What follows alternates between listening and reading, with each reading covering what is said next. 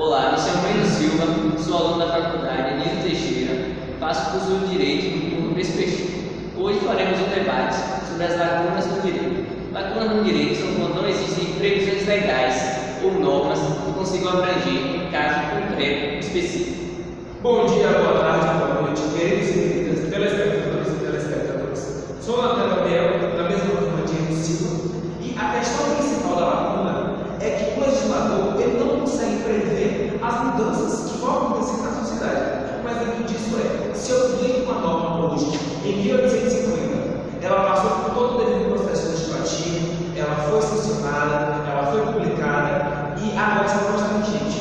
Daqui a alguns anos, daqui a um tempo, a sociedade ela vai ter mudado e essa norma já não vai se fará tanto sentido quanto fazia naquele período. Um exemplo mais contemporâneo, mais próximo da gente, é a questão dos crimes cibernéticos. Há 30, 40 anos atrás não era a nossa realidade e por isso que não era a pauta, não estava em evidência, não era um tema que era um problema para a sociedade, era um bom contexto social. E hoje isso é um problema. Hoje, a partir dos crimes cibernéticos, você pode pegar informações pessoais de uma pessoa e acabar com a vida social daquela pessoa e destruir de diversas formas diferentes. Então, esses crimes cibernéticos eles existem, o que há tempos atrás não fazia sentido. Então, é por isso que as lacunas elas vão aparecendo e elas são, de certa forma, naturais do ordenamento jurídico. E isso vai sendo trabalhado porque isso é algo notável. Porque, assim, podemos notar que existem várias reformas que vão acontecendo no decorrer do tempo. E é porque as lacunas elas vão aparecendo e existe uma necessidade forte de se resolver essas lacunas e de buscar alternativas que possam resolver o problema naquele momento, naquele contexto. Complementando o nosso colega Gabriel disse, acho isso muito interessante. Meu nome é Robson Amorim, segundo semestre, perspectiva de Direito também. Gostaria de iniciar falando que o direito, na sua passagem da idade moderna para a idade contemporânea, ele acabou se positivando, se tornou mais científico, desenvolvendo seus métodos científicos para a criação e aplicação de normas. E nisso ele se utilizou bastante da questão de quê? Da historicidade. Ou seja, ele se baseou em fatos presentes do passado para poder criar suas leis e normas. Entretanto, ele não poderia prever as mudanças ocorridas na sociedade no futuro. E isso que se resume à questão das lacunas. Elas são um vazio presente na legislação. No Brasil, existem duas correntes doutrinárias que questionam se existe ou não as lacunas no direito. Olá, meu nome é Gabriel Novaes, aluno também do segundo semestre de Perspectiva de Direito. E bom, com relação à doutrina jurídica, existem duas correntes de pensamento. A primeira, ela é minoritária, que acredita que o ordenamento jurídico ele se autocontrola. Ele não precisa ser modificado para poder abarcar as mudanças sociais, porque a Constituição, no caso, ela já faz esse papel. Já a segunda corrente de pensamento, que é defendida pela maioria dos juristas, ela acredita que com as mudanças sociais, as normas elas acabam ficando defasadas, acabam criando lacunas, e por isso precisa ser atualizado. E isso é uma questão importante, eu acho interessante, na corrente minoritária, porque ela trata disso. E é isso que eu sinto que a corrente dela nega. Porque o que acontece? Ela nega as mudanças sociais. Quando pensamos no ordenamento jurídico, precisamos entender que ele é fruto do ser humano e ele é um ente artificial. Ele é criado pelo ser humano, ele é fruto nosso. Se nem o ser humano ele consegue se manter constante e daquela mesma maneira, daquela mesma forma, como é que o ordenamento jurídico que serve para reger as nossas vidas, ele vai ser constante? Se a nossa moral, se os nossos valores vão ser alterados pelo correr da história e se as nossas relações elas vão ser alteradas, quem poderia imaginar há uns 500 anos atrás as formas que hoje utilizamos para nos comunicar? Isso é muito presente, isso é muito nosso. Por isso que a gente vê que pessoas de 80, 90 anos têm dificuldade enorme de se adaptar à tecnologia, sendo que há tempo atrás a gente estava aprendendo a datilografar, porque as mudanças elas são constantes. E se o ser humano, o seu ordenamento jurídico, ele não percebe, ele não admite essa possibilidade, ele pode passar pano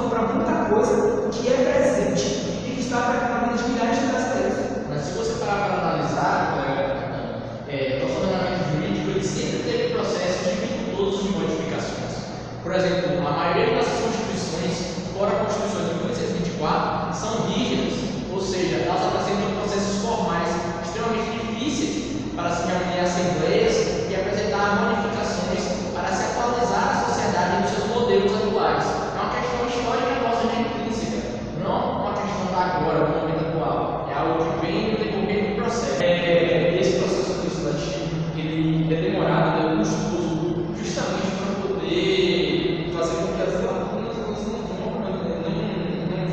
não passem para frente, elas não passem para o texto escrito. E mesmo assim, os alunos não conseguem prever muita coisa. E é por isso que a norma ela costuma ser muito geral, ela costuma não ser tão específica em pequenos casos, mas mostra contemplar grandes casos, de modo a, com o tempo, ela ser trabalhada para reconhecer as estruturas sociais. Então é sempre importante pegar esses pontos para entender que as lacunas elas são naturais e que fazem parte desse processo, mas que elas não podem ser negadas ou ignoradas. Sim, justamente, quando um juiz, que é um aplicador de leis, vai buscar a solução de um problema no conjunto de leis presentes e não encontra, aí que ocorre a questão da lacuna. Por isso existe até uma divisão dos tipos de lacuna, que são as lacunas propriamente ditas, que é quando existe uma norma, porém não existe uma norma justa para julgar determinado problema, e as lacunas por omissão, quando o nosso ordenamento ele se omite, ele se cala em relação a determinada problemática.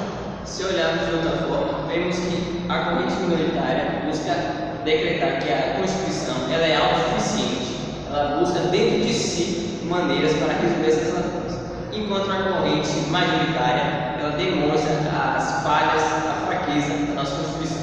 Vamos dar prosseguimento ao nosso debate, falando agora dos instrumentos que são essencialmente usados para resolver essas lacunas. São os instrumentos de autointegração e de integração.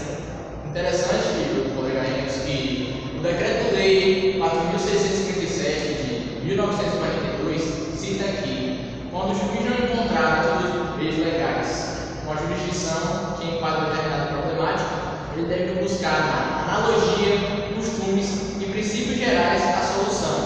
A questão da analogia está ligada à questão da autointegração. O que é autointegração? O meio jurídico busca nele mesmo a solução para a problemática. E a analogia, no caso, é utilizada em casos que não são descritos expressamente na lei. Entretanto, são casos que podem ser feitos uma comparação, uma semelhança, uma analogia em casos similares. A integração ela acontece quando o ordenamento jurídico não possui instrumentos dentro de si. E bom, é bem simples. Tem os costumes, que nada mais é do que o julgamento a partir dos costumes da sociedade vigente durante aquele período de tempo, o período contemporâneo, no caso, né?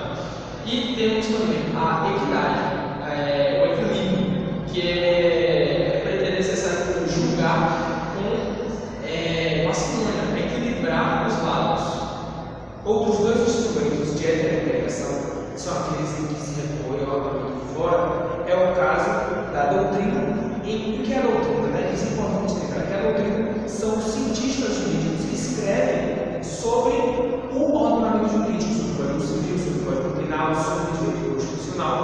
Então, aqueles doutrinadores que não fazem parte do Estado, não fazem parte de um órgão estatal, que produzem esse material, que também serve como instrumento, que é o instrumento de integração. E o outro instrumento é o direito alienígena, que é o direito comparável, o direito internacional. É pegar o direito brasileiro e comparar com as normas de outros países e entender como é que os outros países se relacionam com tais pautas. Ou, por exemplo, vamos pegar o Código Penal e pegar como o Brasil pune tal situação e como a Argentina pune tal situação. E avaliar quais são as leis existentes e quais são as alternativas que são apresentadas nos outros ordenamentos jurídicos, tendo em vista que não só apresentam lei, mas alternativas, medidas que possam atender àquela situação e resolver aquela situação.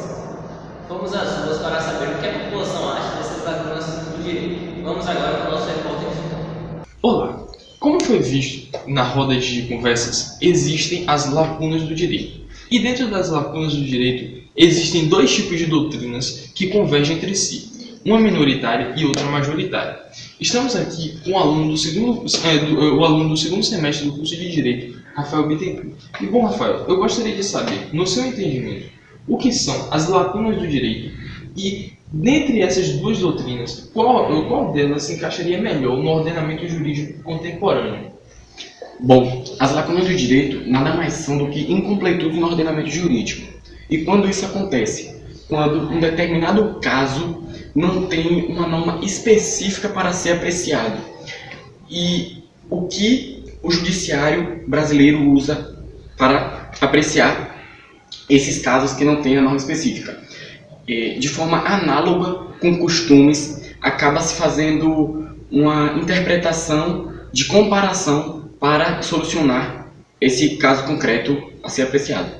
E em relação às correntes doutrinárias, a corrente que se encaixa melhor, que se coaduna melhor na sociedade, é a corrente majoritária, porque, mesmo que mudando o método interpretativo da lei, existem leis, como a sociedade evolui, tende a evoluir cada vez mais, existem leis que, mesmo mudando o método interpretativo, ela não vai conseguir mais se encaixar.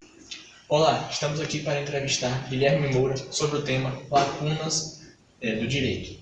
Guilherme, gostaria que você me respondesse o seguinte: sabe que existem meios supletivos às lacunas. Gostaria que você me dissesse, entre o meio da analogia e do costume, qual você acha mais relevante para a sociedade? Bom, a analogia, ela se trata de uma norma prevista para uma situação específica, quando nessa situação não existe uma norma jurídica a essa semelhante. Então, é uma norma prevista somente para aquele caso, não deve ser usada em outros casos distintos de outras maneiras. A questão dos costumes são os costumes da própria sociedade que geralmente são aceitos pelos destinatários. Eu concordo mais com os costumes porque na sociedade que vivemos é muito mais fácil a aceitação de uma coisa dada como uma verdade geral para uma sociedade. Por isso concordo mais com os costumes. Obrigado. Você sabe que, de acordo com com a proibição do non-liquid, o juiz não pode se afastar da obrigação de julgar determinado caso. O que você acha sobre isso? Bom, eu não concordo muito com a proibição do non-liquid, porque o próprio juiz ele deve ter o direito de decidir se ele, a própria pessoa, o juiz, eu quero julgar aquele caso, mesmo que ele não tenha uma norma específica. Então, para aquele caso, eu vou ter que usar meus conhecimentos próprios, com base nos meus costumes, no meu próprio conhecimento pessoal, para decidir sobre aquela norma. E isso pode dar várias interpretações, diferentes temas. Então, eu acho que é uma coisa que dá um certo insegurança jurídica para as pessoas. Então, eu não concordo muito com a proibição do non-liquid. Obrigado, Guilherme.